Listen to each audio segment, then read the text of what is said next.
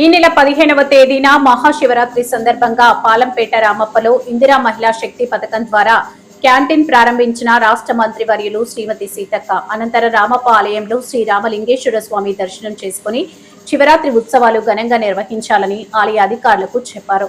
మహాశివరాత్రి సందర్భంగా ఆలయ పరిసరాలు పార్కింగ్ స్థలం పరిశీలించి శివరాత్రి పండుగ నిర్వహణలో భక్తులకు ఎటువంటి ఇబ్బంది కలగకుండా ఏర్పాట్లు చేయాలని మంత్రి సీతక్క అధికారులను ఆదేశించారు. ఈ కార్యక్రమంలో జిల్లా గ్రంథాలయ సంస్థ chairman Banothu Ravichander, Panchayati Raj state director Byreddy Rajasekhar Reddy, Kisan Congress party అధ్యక్షుడు గొల్లపల్లి రాజేందర్ గౌడ్, రామప్ప ఆలయ కమిటీ నూతన చైర్మన్ వెంకటాపురం మండల కాంగ్రెస్ పార్టీ అధ్యక్షుడు చెన్నోజు సూర్యనారాయణ, మండల పార్టీ వర్కింగ్ ప్రెసిడెంట్ బండి శ్రీను, ఎన్ఎస్యుఐ జిల్లా అధ్యక్షుడు మామిడిశెట్టి కోటి, ఏటూరు నాకారం బ్లాక్ కాంగ్రెస్ పార్టీ అధ్యక్షులు ఇరిసవట్ల వెంకన్న, ఆయా గ్రామాల సర్పంచ్లు, ఆలయ అధికారులు తదితరులు పాల్గొన్నారు.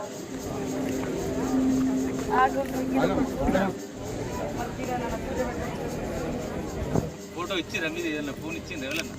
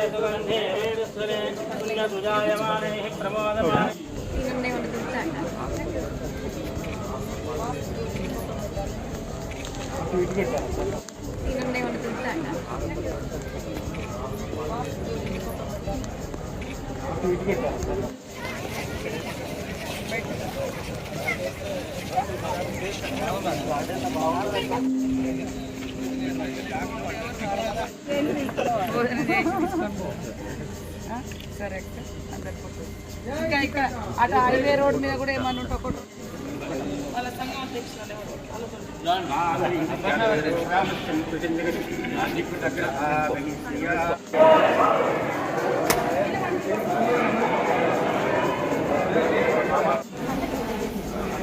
అట్లాంటి ఊళ్ళలో మనం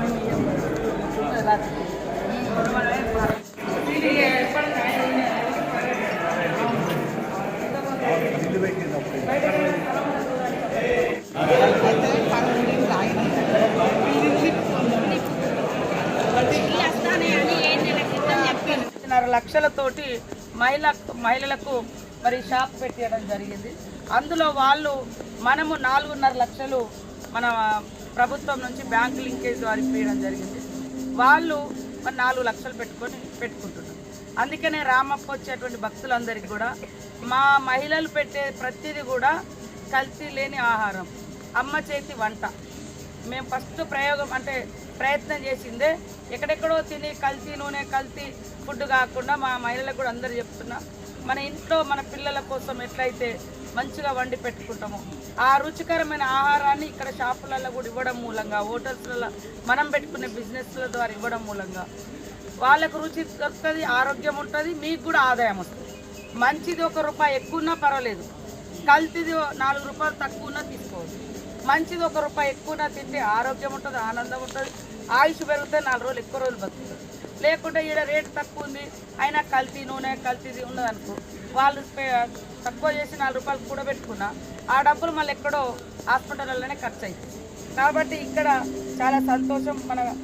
మన మండలంలో కూడా దాదాపు 12 యూనిట్లకు 18,50,000 రూపాయలతోటి చేయడం జరిగింది.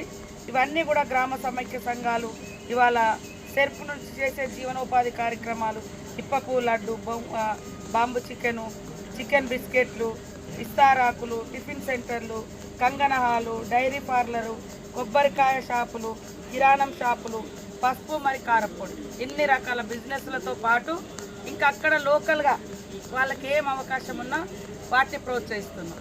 ఇప్పుడు ఇందిరమ్మ ఇల్లులు వస్తున్నాయి చాలామంది. అందులో మా మహిళా సంఘం సభ్యురాలైంది అనుకోండి, ఆమెకు ఎదురుగా 1 లక్ష రూపాయలు మనం పెట్టుబడి పెట్టిస్తాం. అయితే బయట పోతే వడ్డీలకు చక్ర వడ్డీలు అవుతాయి. ఆమె ఇందిరమ్మ వచ్చింది, బేస్మెంట్ కట్టుకున్న తర్వాత మన ప్రభుత్వం బిల్లు ఇస్తుంది. ఎందుకంటే బిల్లు ఇచ్చినాక కూడా ఒక్కొక్కరు కట్టుకోలేక వాడుకుంటే అవి కూడా వేస్ట్ అవుతాయి. కాబట్టి బేస్మెంట్కి కూడా డబ్బులు లేనప్పుడు మన మహిళా సంఘాలకు మనమే, మహిళా సంఘ సభ్యురాలకు మన మహిళా సంఘాల నుంచి మరి ఒక ఎదురు 1 లక్ష రూపాయలు బదులిపిస్తాం. సో ఇట్లా ప్రోత్సహిస్తున్నాం. కాబట్టి ప్రతి ఒక్క మహిళా సంఘంలో చేరడం ద్వారా ఆర్థిక బలం, అందరి బలం. ఈ అక్క చెల్లెలు ఉంటారు, పెద్దవాళ్ళు అయితే అమ్మలకు బిడ్డల్లాగా సంఘం సభ్యురాళ్ళు. కాబట్టి ఈ రకంగా ఇవన్నీ ప్రోత్సహిస్తున్నాం. అందుకనే మొట్టమొదటిసారి రామప్ప టెంపుల్ దగ్గర మనము ఇందిర మహిళా శక్తి క్యాంటీన్ కూడా పెట్టినాం.